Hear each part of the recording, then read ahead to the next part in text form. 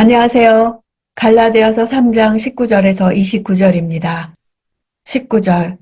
그러면 율법은 무엇입니까? 율법은 약속된 자손이 오시기까지 죄 때문에 더한 것입니다. 이 율법은 천사들을 통해 한 중보자의 손으로 주어졌습니다. 율법은 인간의 죄 때문에 한시적으로 주어진 것입니다. 더했다는 것은 율법이 있기 전에 언약이 있었음을 의미합니다.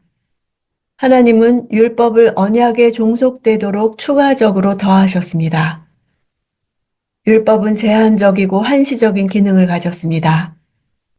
단지 인간으로 하여금 죄를 죄로 깨닫게 하고 그로 인해 오직 예수 그리스도를 믿는 믿음 외에는 의롭다함을 얻을 수 있는 길이 없다는 사실을 알게 할 뿐입니다. 율법은 시내산에서 천사들의 호위 아래 중보자인 모세에게 주어졌습니다. 20절. 그 중보자는 한 편만을 위한 중보자가 아닙니다. 그러나 하나님은 한 분이십니다. 원래 중보자는 중간에서 제3자로 양자를 위해 매개적 역할을 할 뿐입니다. 모세는 백성과 하나님 사이의 중보자였습니다. 반면에 하나님에 의해 직접 주어진 복음은 인간 중보자를 통해 주어진 율법보다 우월한 가치를 지니는 것입니다. 21절. 그러면 율법이 하나님의 약속과 상반되는 것입니까? 결코 그럴 수 없습니다. 만일 율법이 생명을 줄 수 있는 것으로 주어졌다면 분명히 의인은 율법에서 났을 것입니다. 율법은 생명을 줄 수 없습니다. 율법은 언제나 자기 노력과 밀접하게 연관되어 있기 때문입니다. 자기 노력은 생명을 낳을 수 없습니다. 율법은 우리 죄를 드러내고 우리를 정죄하며 우리에게 구세주가 필요하다고 알려줍니다. 그걸로 율법의 기능은 끝입니다. 22절. 그러나 성경은 모든 것을 죄 아래 가두었습니다. 이는 믿는 사람들에게 예수 그리스도를 믿는 믿음에 근거한 약속을 주시기 위함입니다. 여기서 성경은 율법을 말합니다. 율법은 모든 사람을 죄의 속박에 가두는 것입니다.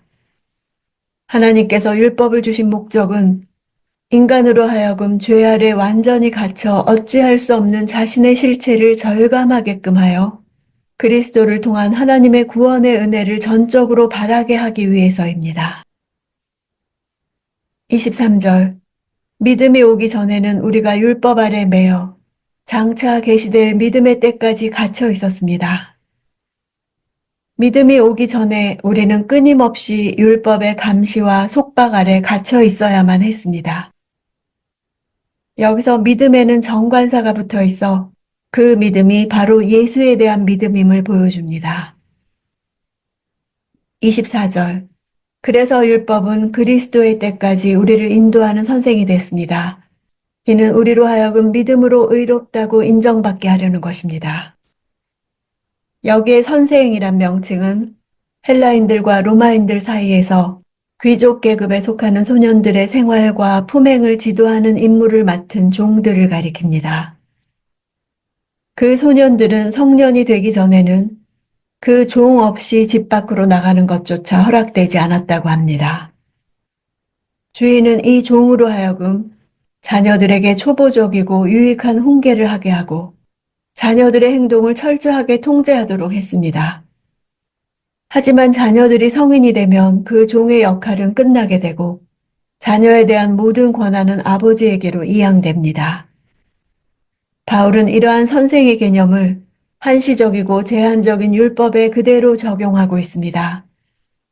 선생이 아무리 주인의 자녀를 관리, 감독하는 역할을 할지라도 그는 역시 주인의 종일 뿐입니다. 더군다나 그 자녀가 성인이 되면 그의 역할은 완전히 끝나게 됩니다.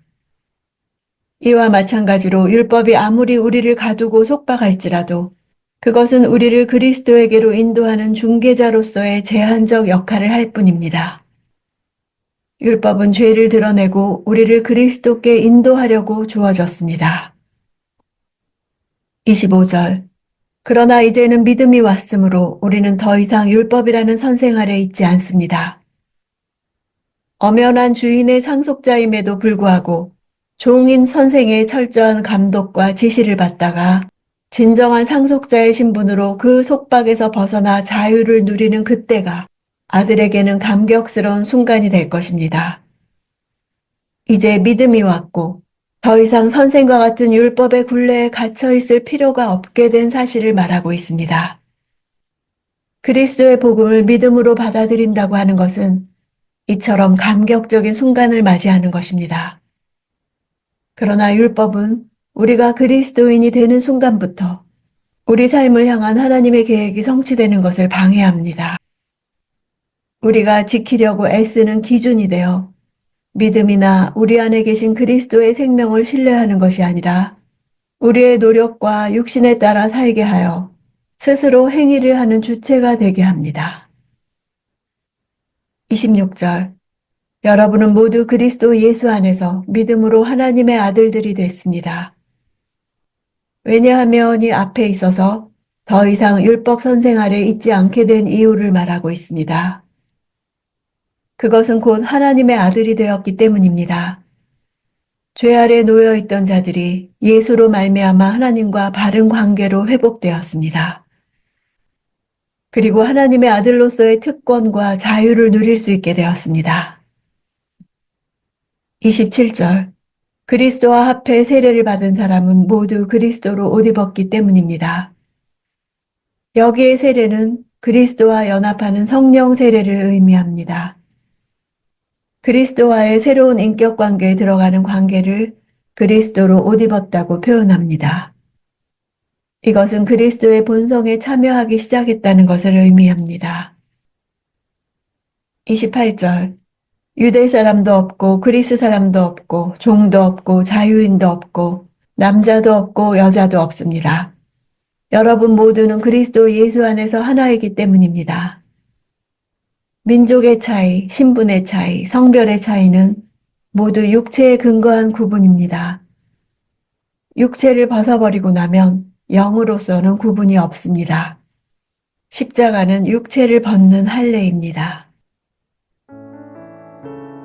그리스도와 합해 세례를 받아 죽고 그리스도로 옷 입은 사람은 더 이상 이전의 내가 아닙니다. 우리가 살지만 사실 우리를 통해 그리스도께서 사시는 것입니다. 우리는 죽은 것처럼 느껴지지도 그렇게 보이지도 않고 죽은 것처럼 행동하지도 않습니다. 그러나 내 삶의 기준은 더 이상 내가 아닙니다. 오직 예수 그리스도만이 내 삶의 근원입니다. 내가 할 수 있는 일은 믿음을 갖는 것입니다. 나를 통해 주님이 하시도록 나를 내어드리는 것입니다. 마리아처럼 주의 여종이오니 말씀대로 내게 이루어지이다. 이것이 바로 나를 내어드리는 것입니다. 기꺼이 내어드릴 때 하나님의 능력이 풀어집니다. 내가 할 일은 하나님의 말씀에 동의하고 자원하고 동참하는 일 뿐입니다.